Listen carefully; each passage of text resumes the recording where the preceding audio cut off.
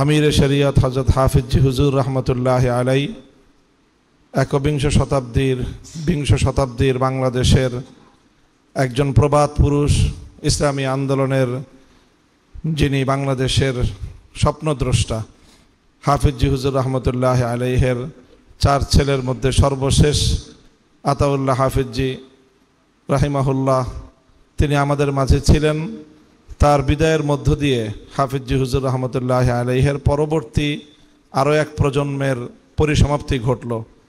আমরা আশা করব যে হযরত হাফিজ জি হুজুর রহমতুল্লাহ আলাইহের যে মিশনগুলো ছিল, একদিকে তিনি সুলুকের লাইনে মেহনত করতেন, জামিয়া নুরিয়া প্রতিষ্ঠার মাধ্যমে তালিমের লাইনে মেহনত করেছেন, খেলাফত আন্দোলন কায়েমের মাধ্যমে বাংলাদেশে খেলাফতের আওয়াজকে তিনি পুনরুজ্জীবিত করেছেন।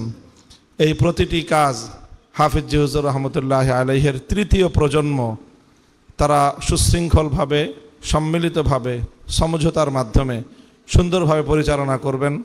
আতাউল্লাহ হাফিজ জি হুজুর রহমতুল্লাহ আলাইকে মাটির নিচে দাফন করার পূর্বেই ওনার সকল পরবর্তী প্রজন্ম, 4 ভাইয়ের সকল সন্তানরা মিলে সম্মিলিতভাবে হাফিজ জি হুজুর রহমতুল্লাহ আলাইহের ঝান্ডাকে তারা সামনের দিকে এগিয়ে নিয়ে যাবেন। বাংলাদেশের ইসলামপন্থী ওলামা ইকরাম এবং জনগণ তাদেরকে সহযোগিতা করবে ইনশাআল্লাহ। আতাউল্লাহ হাফিজ জি রহমতুল্লাহ আলাইহের কবরকে আল্লাহ পাক জান্নাতের বাগানে পরিণত করেন।